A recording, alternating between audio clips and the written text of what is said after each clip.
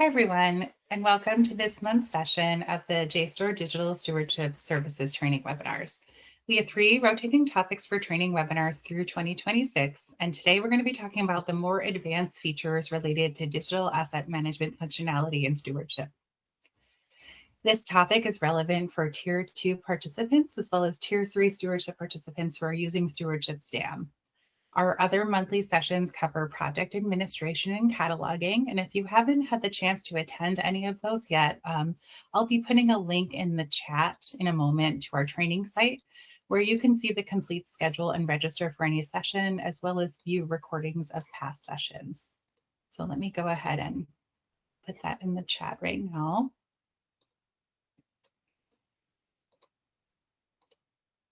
Okay. All right. My name is Elizabeth Behrens, and I am an Education Services Lead at Ithaca, and I'm joined today by my colleague, Lauren Lazaris, who will be helping answer questions after today's training. This webinar will be recorded and posted to our YouTube channel as always, and the link to the recording will be sent to all registrants by email. After you exit the webinar today, you'll be taken to a brief survey, and we'd appreciate hearing your thoughts about how useful this was for you and your work. We're here to support you as you use stewardship, and we always want to know what works for you and what more you need from us in terms of training and education resources. If you don't have time to take the survey immediately, it will also be sent to you by email in about an hour. And as always, we appreciate your feedback and suggestions. So here is today's agenda. The features we will be looking at today are all about the relationships that you can build between your records and assets by using compound objects, containers, and compilations. Please note there's a questions box in your go-to panel where you can enter questions at any time. Lauren's going to be keeping an eye on that, and we should have some time for questions at the end of the training. I'll be sharing a link now in the chat to a handout, which contains helpful resources on the stewardship support site. We'll update the handout after this webinar with a link to today's recording and summaries of the questions and answers from the Q&A part of the webinar today. So let me just do that right now.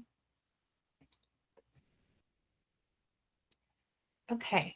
Lauren and I will turn our cameras off now so you can see my screen a little bit better.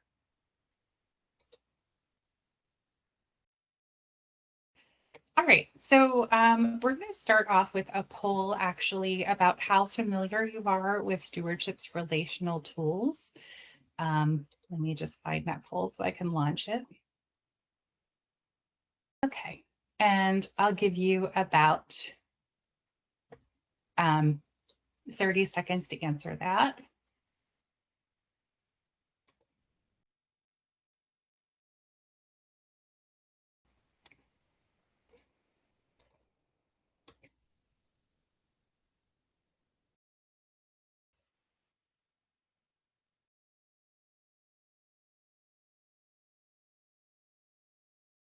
All right, we'll just wait a couple more seconds because it looks like most people have answered.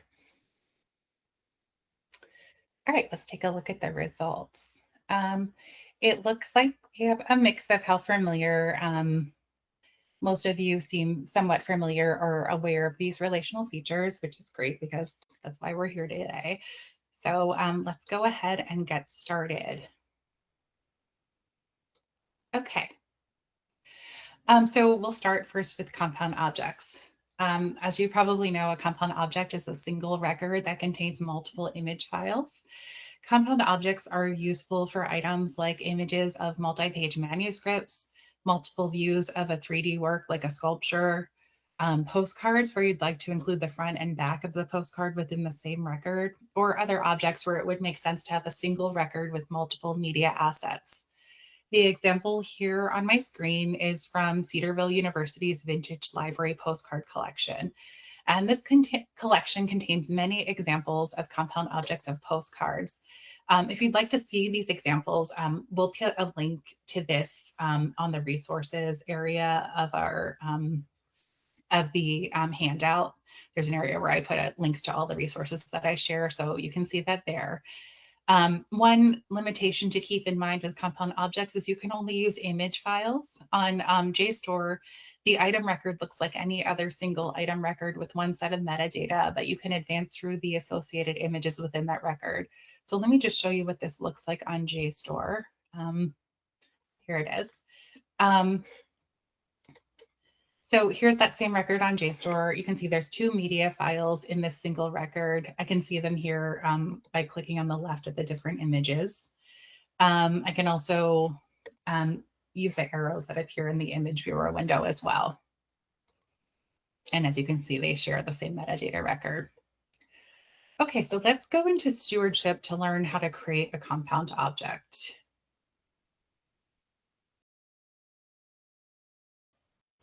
Okay. All right, so I'm going to open up an example project that I have in stewardship right here. And there are a couple of different ways to create a compound object in stewardship. If you have an existing record already in stewardship that contains an image file and you'd like to add additional image files to it, you just go ahead and add those other images to that record. So for example, I have a record in my project with a photograph of a Lorado Taft sculpture. And let me just find that quickly right here. And I have some additional images of this sculpture taken from different angles, and I'd like to add them to this same record. So to add the additional image files, I go to the Edit Media dropdown up here at the top and select Add Media. Then I just have to browse for my files and select them and upload them to this record. So let me just find the right files.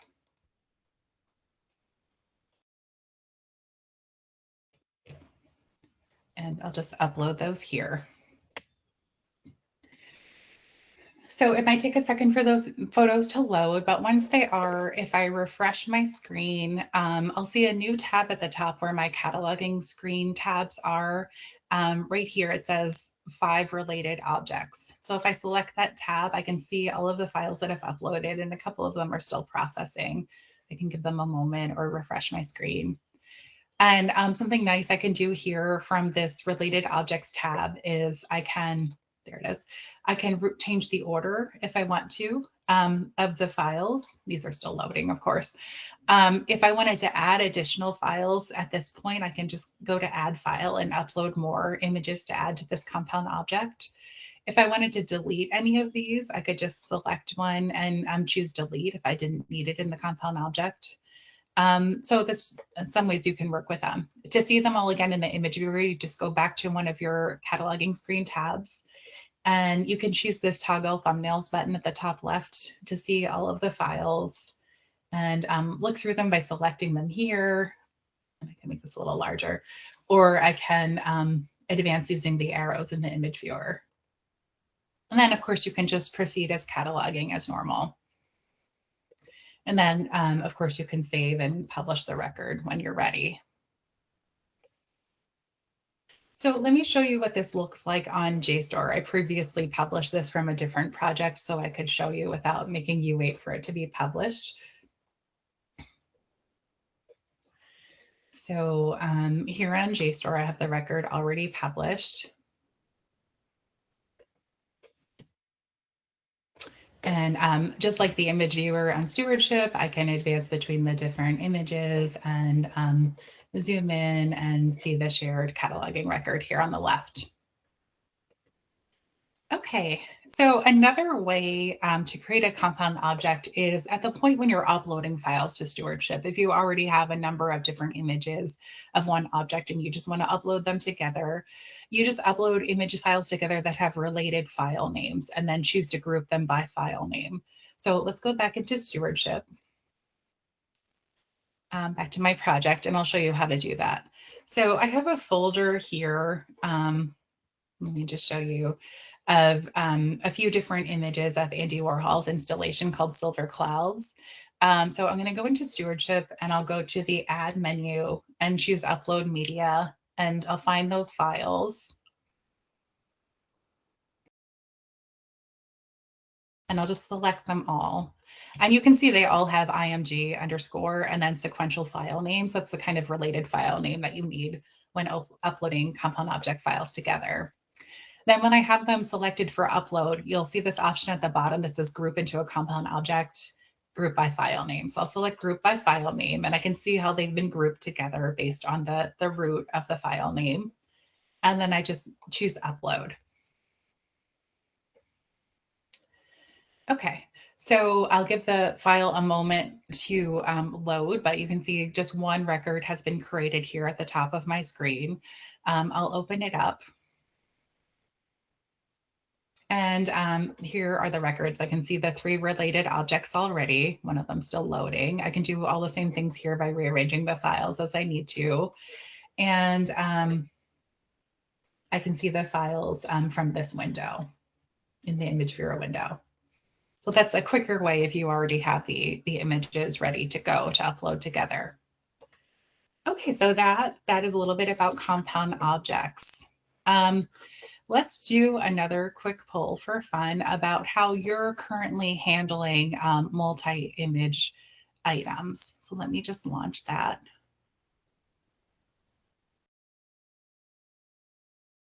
Okay. I'll just give you a few seconds to answer.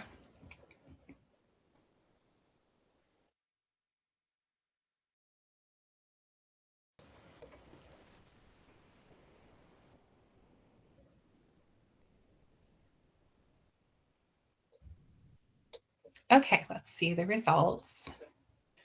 Looks like a number of you are already using compound objects, and some people are using separate records for these things. So maybe this will be of interest to you in the future. Alrighty. All right, let's go back to the slides. All right, so next we're going to talk about containers. A container is a grouping of published items on JSTOR that are considered, oh, I'm sorry, I think I just accidentally moved my screen over. Sorry about that. It's a grouping of published items on JSTOR that are considered related parts of a whole. So you might want to create a container for content like periodicals, so your users can see all issues of one periodical title grouped together, or in other cases where you have multiple files that share container level data. The container page is similar to a collection page, but it is only information related to the items within the container. The container page displays the container name, fielded information about the container, a cover image, and institutional branding. And as you can see, you can search specifically within the container using the search box on this page. So this screenshot is from Allegheny College's collection called Illuminated Manuscripts, and this is actually their collection page. This collection has 4 illuminated manuscripts, and a container has been created for each one. So let me just open that up to show you. So here's the collection page. And each one of these 4 records are containers. And as you can see, each one contains hundreds of items. When you open one of the container records, you can see the fielded metadata about the container. So in this case, about this manuscript, and the institutional branding, of course. Below the metadata is a search box for searching within the contents of this container, which are the individual pages of this manuscript. And then each page has its own metadata record, and I can see those individual pages below. And they're all tied together by being part of the related container. So if I open up one of these pages, I can see that page's metadata record.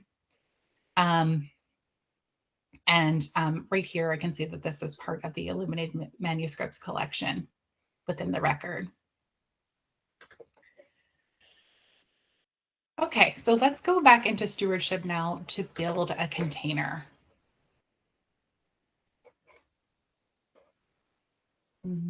Here it is.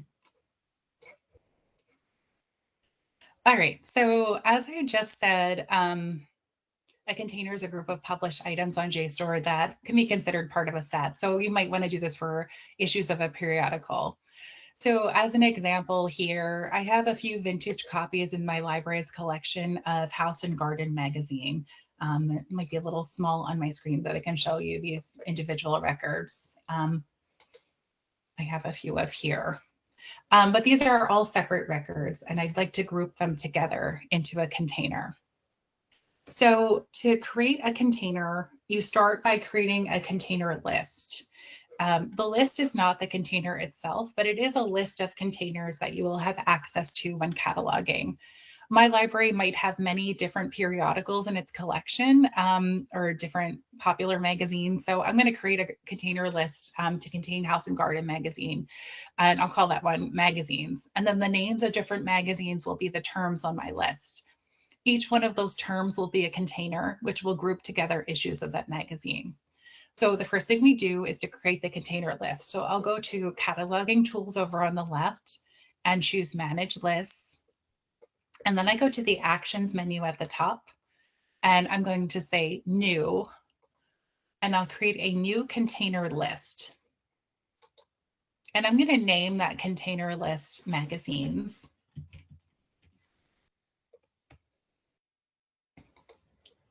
And now my container list has been created.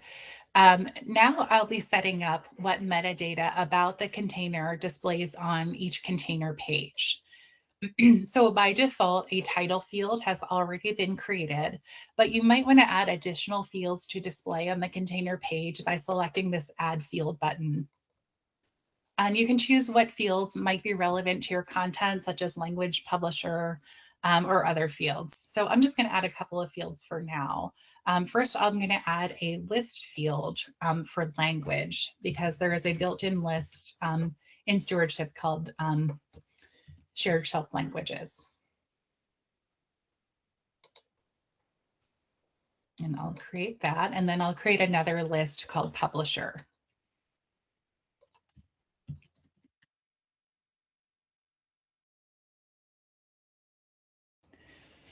Okay, and I can always come back here later to add additional fields if I think of more that might be relevant for this container page. And next, I'm going to add terms to the container list. So the terms are the names of any containers that you create. So for example, I might have a term called House and Garden magazine. I might have a term called, Art Forum. I might have a term, another name of a periodical or magazine. So each term is a different title in this collection. So I'm going to click terms and then add. And the only term I'm going to be cataloging right now is House and Garden. And I'll select the language to display on the container page.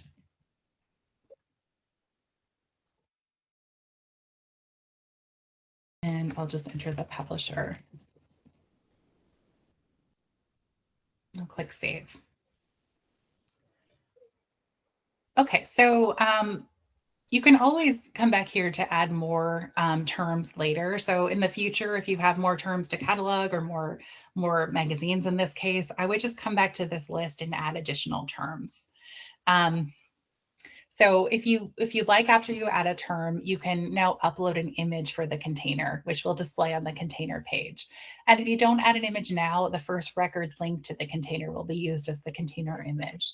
But if you know there's one in particular, an image you want to use, you can do that here by going to media and upload media, and then finding an image that you'd like to upload. So let me just choose one of the ones that I have.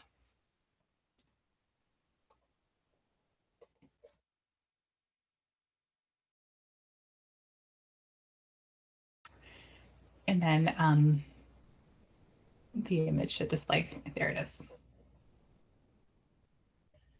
Okay, so I'll just save and close this. The next thing we're going to do is add the container list field to my stewardship project so you can populate the container. In other words, you won't be able to catalog what container a record belongs to unless the field for the container exists on your cataloging screen and in your project. So I'll go back to my project.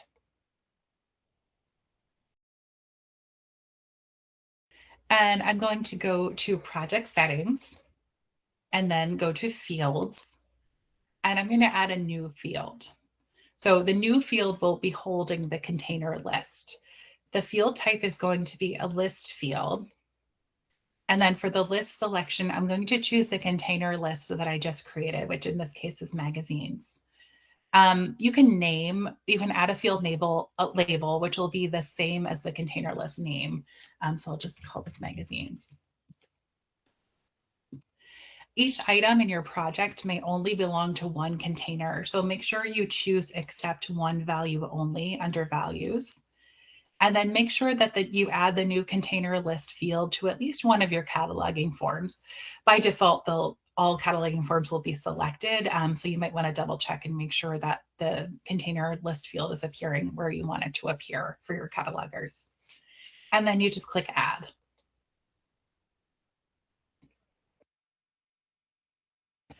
Okay, so the next thing we're going to do is map the container list field to the JSTOR field called container. This will ensure that the container will be published to JSTOR because you can't publish anything that hasn't been mapped.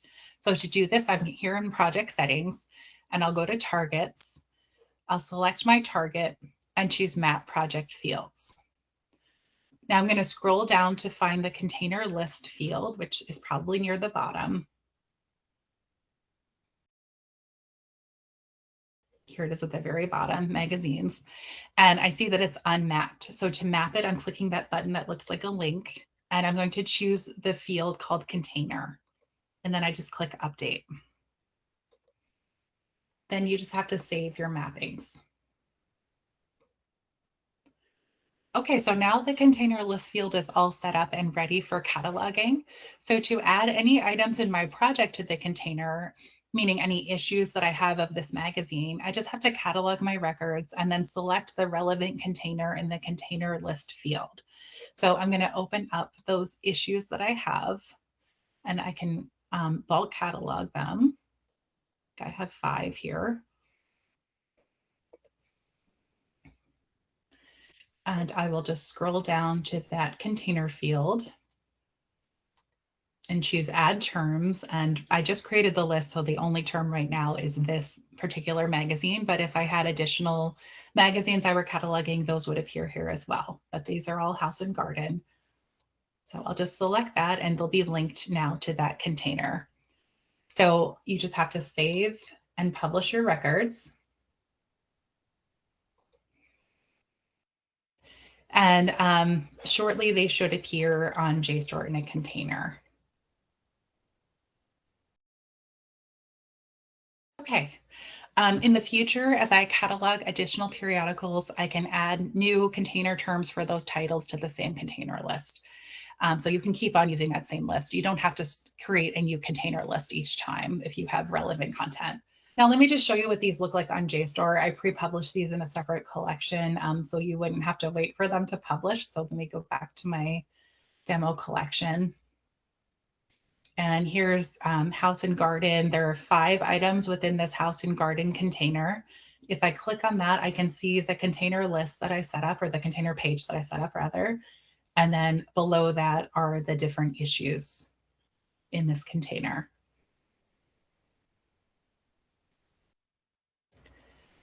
Okay, let's do another quick poll before we move on.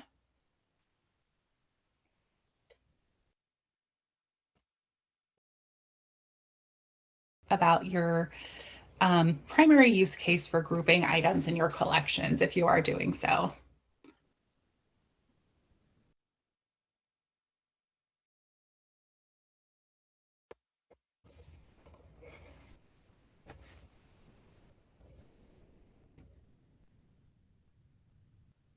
Let's give you a few more seconds to vote and then we can see the results.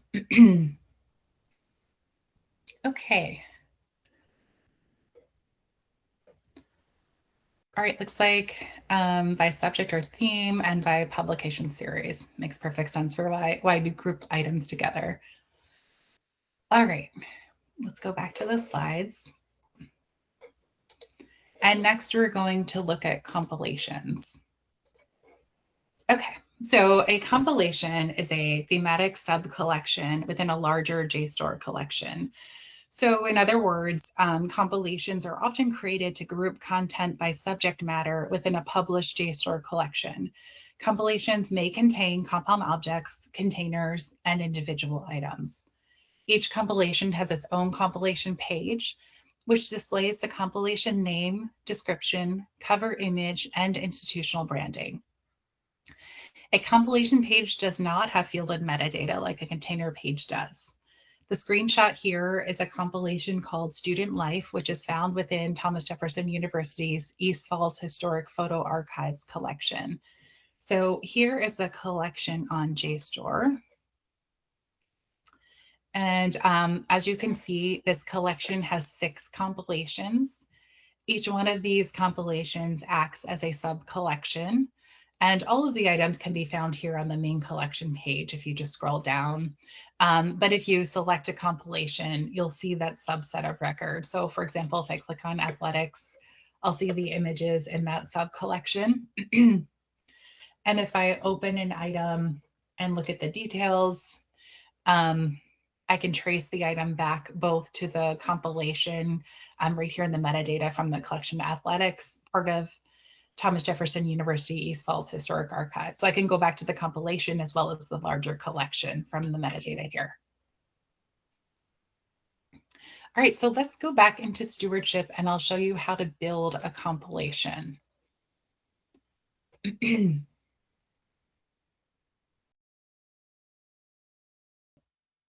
right, I'm going to actually go into a different project now called Art and Architecture. Okay, so as I said, compilations are used to group together items thematically on JSTOR. Let me actually open up JSTOR to show you a JSTOR collection that I have. So I have an example collection here called Urban Architecture. And these are photos of sites from a few different cities here. At the top is one compilation already called New York City, but I'd like to create some additional compilations for the different places in these cities, like I see Paris, Chicago, Key West, in addition to New York and Reykjavik, some other places. So I'll just create a few compilations to kind of group together these items a little better. So let's go back into that stewardship project. So creating a compilation is much quicker than creating a container. There is a global compilation list in stewardship that already exists there. And to create a compilation, all you have to do is add a new compilation term to that list. The term that you create will be the name of your compilation. So to do that, go back to the cataloging tools area and choose Manage Lists, and then find the list called JSTOR compilation. And all you have to do now is add a new term. And when I add a new term, I just click add. And the only required field here is name, but we also suggest you add a description because that will appear on the compilation page. So I'll be adding a new term for a few cities that are represented in my collection. So I'll add Chicago, Pittsburgh, and Montreal. So I'm going to add the same description for all of these, and I can always go back later and make changes if I need to. So I'll add Chicago and a description, and I'll save and close. And I'll add Pittsburgh.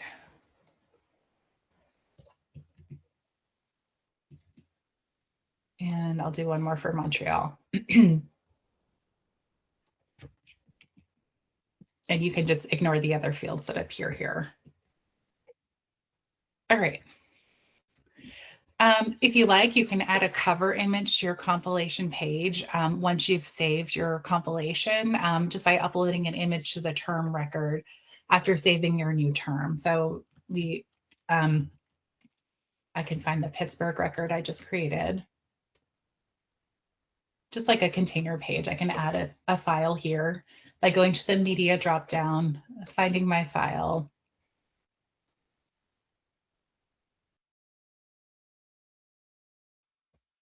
and then uploading it. If you don't do this, add an image now, just like with containers, the first item that you link to this compilation, that image will be used for the compilation page. Okay, and the next thing we'll do is add the compilation field to the project. First, you might want to check whether the compilation field is already in your project. This might be the case if you are using the JSTOR template because it's included in the JSTOR template. But to double check, go back to your project.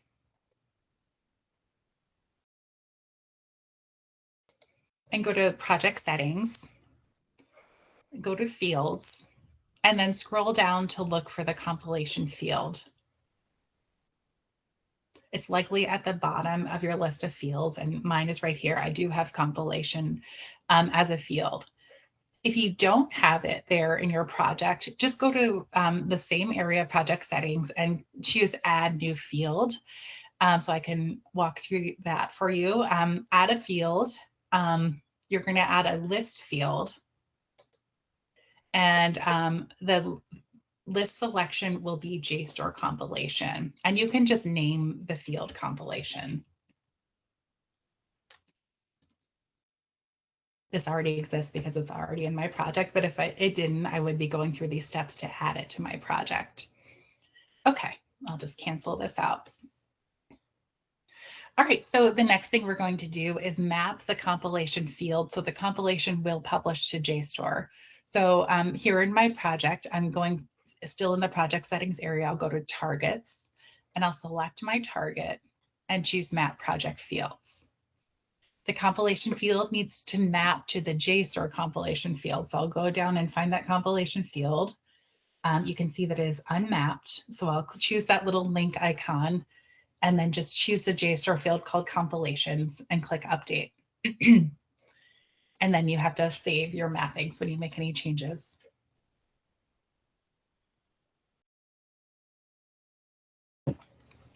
Okay, so now we just have to add content to the compilation by selecting the appropriate term in the compilation field in any relevant record. So I'm going to open up some of the images in this project, choose the right compilation term, and then save and publish them. So I think I added a term for Chicago, so I'll just search for Chicago in my project. I'll select all of these and edit them together. And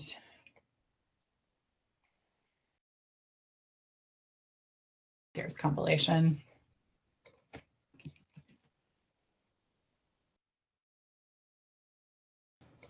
I'll add these and then save and close. I'll search for Montreal and see what I have in Montreal.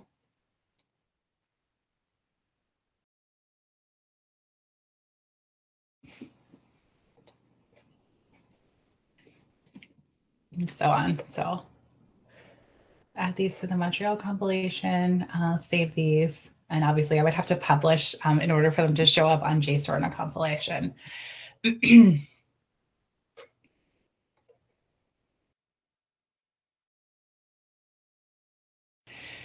And I'll do one more. It might take a moment for these to publish, so we probably won't see them right away. I will search for, what was the other one I did? Pittsburgh.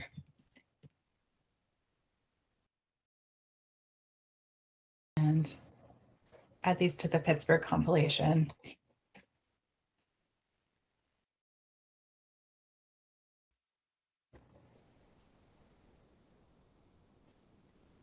Okay. So after publishing, these will eventually show up on JSTOR. They probably won't show up immediately for us right now because it'll take a moment for them to publish, but we can check in a few minutes. If I go to this collection, I'm sure they won't be there yet, but I'll refresh just to see. In a few minutes, they'll appear here next to the New York City compilation that already exists. Okay, so let's take a moment to review these three content types now and look at some additional examples. So I'll go back to the slides. Okay, so a compound object to review is a single record that contains multiple image files. So for example, here's a compound object from Roger Williams University that displays both the front and back of a postcard. A container is a group of items that could be considered parts of a whole, often serialized content like periodicals which share bibliographic information. But you can also use containers if you would like to add an additional hierarchical level to a compilation, since containers can be nested in compilations. So here's that same example we looked at earlier from Allegheny College, a Flemish Book of Hours that is part of Allegheny's Illuminated Manuscripts collection. And a compilation is essentially a sub-collection of a larger collection, usually with thematically similar items. So here's an example of a compilation from a Hunter College collection. So let's look at it on JSTOR so you can see the compilations. This is from Hunter College Archives. And the archives collection at Hunter College has 4 different compilations. And here is the Concert Bureau one I had the screenshot from. All right. So we looked at a few different ways of organizing related content in your published JSTOR records. We have a few minutes for questions. Lauren has been keeping track of them if any have come in, and we can turn on our cameras back now and see if there's anything that we need to answer for you. There has been questions. I've been answering some, but I will read them out loud because Elizabeth, you might have something additional to add to my answers. Okay. And this way, so everyone is able to see those. Back to compound objects, we had a question. Is it possible to relate multiple objects to a record, but only publish a subset?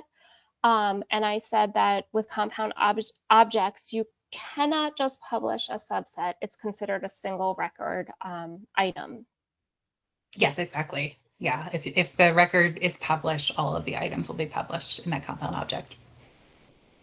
Okay, the next question is, okay, so when adding images to create a compound object, is it possible to do it if the file names are not sequential? And I said, yes, the files can go 4, 7, 10, 30, etc. It doesn't have to start with one, and stewardship will sequence them from smallest to largest. Yes, exactly. And even if the order appears in a way that you don't want it to appear, you can just drag them around in the correct order, as I showed. Perfect. Okay. And then there was a question about the magazines, if they were also compound objects. And I did mention, I didn't know exactly if those magazines were, but you can either do them as a compound object or a single item. But if you have an object that is a PDF, it cannot be combined into a compound object. Compound objects are for image files only. But I don't know about your example specifically, Elizabeth. My example is a bit of a fake example because it's just magazine covers. They're not the full magazines that I'm using here, unfortunately. But yes, you're right. If these were PDFs, I would not be able to create compound objects with them. So yes, my example here for a container is just image files that I have of cover images. Perfect. There was a question then about using containers and using sets. When should I use containers and when should I use sets? I am unclear about the differences between the two. So I mentioned that creating sets in stewardship will help you organize your files in the DAM. Creating a container or compilation will allow the files to be published kind of as a sub-collection to JSTOR. If you publish from a set, it will not create any kind of sub-collection or container and compilation on JSTOR.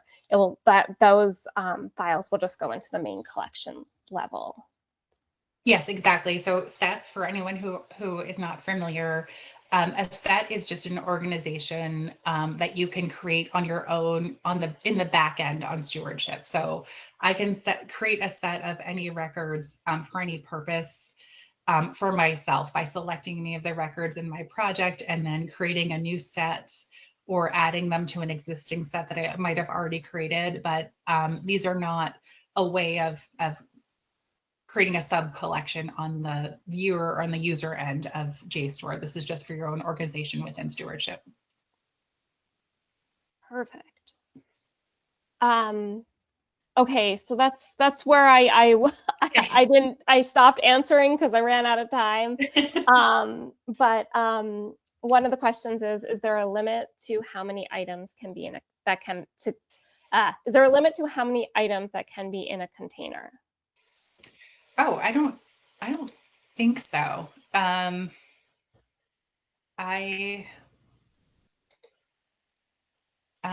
trying to think. we are not aware of any limits. I'm getting from a colleague about this, but I have not heard of a limit for items in a container. But we will add that to the questions on the handout. And if we get a definitive answer, I'll add it there.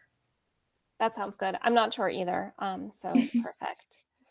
At least we've never hit the amount of Yeah. limit on a container, so you're probably safe. This was a question. I don't know if it has to do with the image on the compilation actual published page, but it says, can you add an image later, even if a default is added from the first item added? Yeah, I think you can. Let me see if I can do that. I'm pretty sure you can, but I feel like I haven't played around with that very much. So if I go to, wait, are we talking about compilations or containers here? Or either, maybe. I think it's probably either. Okay, let's go to my magazines container. So yeah, this I can change this later. So I'm here on my container page set up for the container term for house and garden, and I can replace it with a different record. And for compilations, let's say, what did I do? Pittsburgh.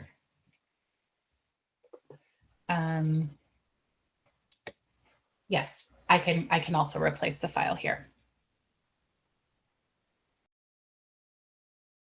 Great, thank you. Next question is, if containers are in a compilation as well as individuals, how does that display when published? Do you have an example of that?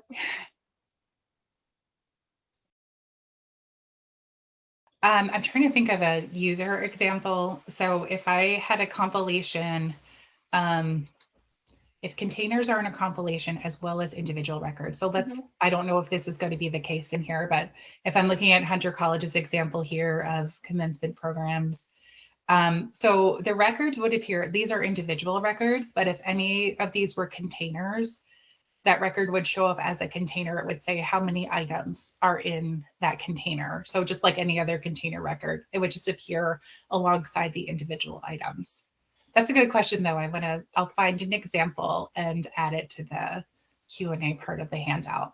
It might take me a little bit of time to find an example, but I will look for one. Thank you.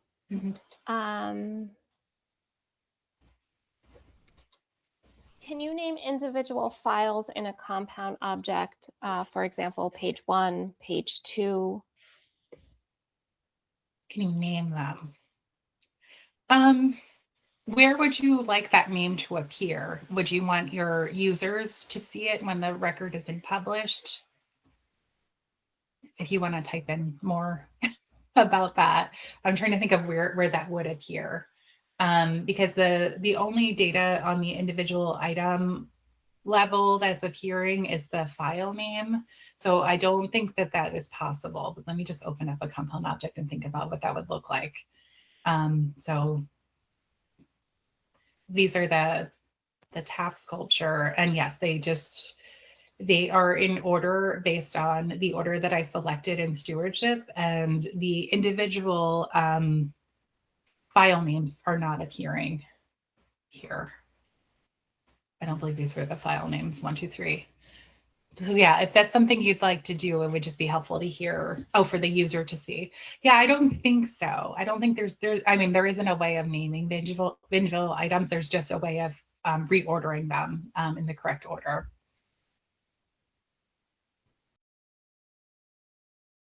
Okay. Sorry, there's still another question. Yeah. Okay. Recommendation for a collection that includes thesis. These are PDFs, but some have supplemental files like an XLS or videos. How could we connect those in the public interface? Compilations or containers seem very clunky and not sure how they would display when they're published. In the current repository, these are compound objects.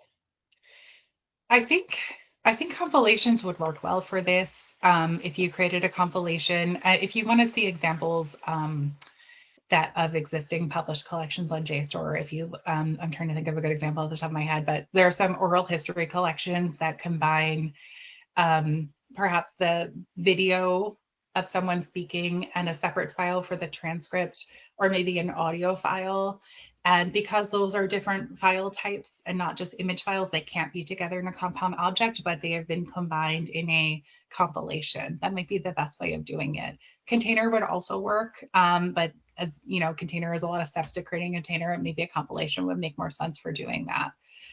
So yeah, if you want to think about how you want them to display to your end user, one advantage to containers is the individual items, if this is an advantage, won't display.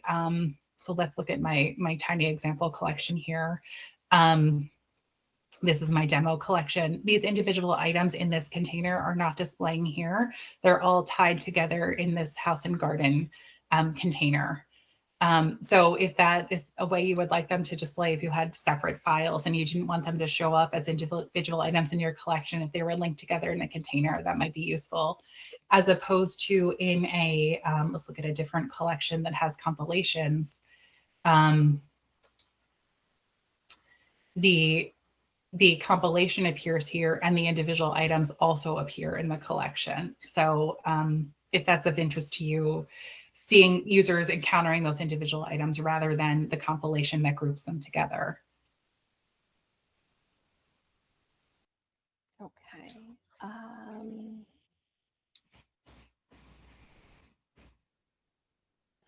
We just actually, there's another question, but I think your answer, Elizabeth, answers it, but I'll just read it so that they know. So since we cannot mix media types for compound objects and containers seems like overkill for this, what would you recommend we use for connecting an audio file of a concert and a program of the performance? And I think your explanation could also pertain to the question. Yeah, I think a compilation will work well for that, or a container, depending how you want it to display.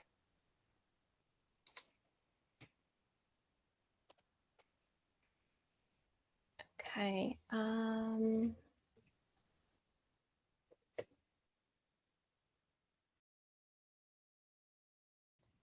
Think, oh, and there is a suggestion that says regarding the page number question, the view description, like front, back, might be more useful than page 1 and page 2.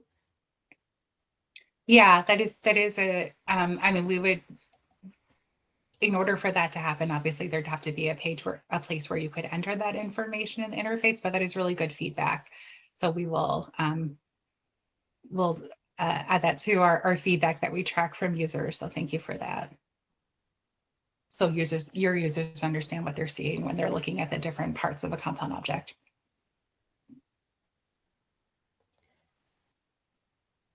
Okay, and one more question is the compilation method seems to sort of spotlight an item in the public UI, though by having it at the top and individual files below, or am I misunderstanding?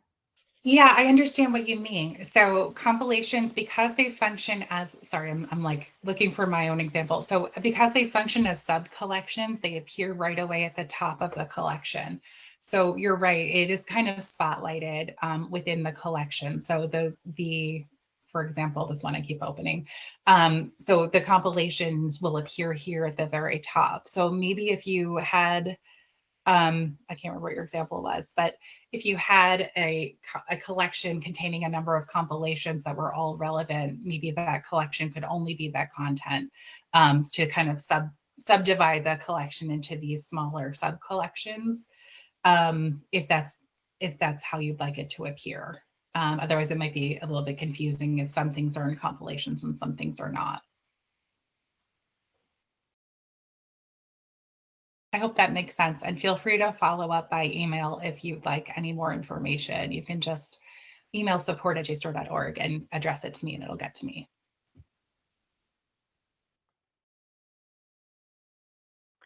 That is, oh, wait.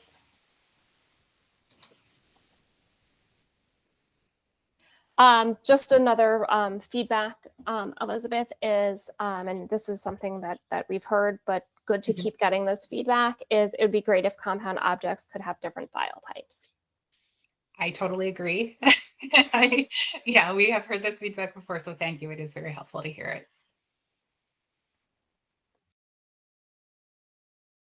And that is it on the Great. questions. Great. Well, thank you for all these great questions today. I really appreciate everyone's attention, and you will be getting the recording, a link to the recording soon. And we'll have it up on YouTube probably by tomorrow as well.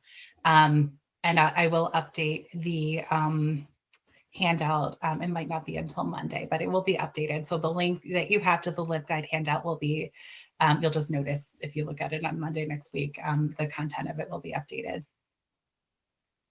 And please, if you have a couple minutes, take the survey that you'll get in a moment when you close out GoToWebinar. That's very helpful for us. We look at all of those responses and use them to help our future webinars. Great. Well, thanks, Lauren, for your help with all these questions. Thanks so much, everyone. Hopefully we'll see you next time. Bye. Okay, bye.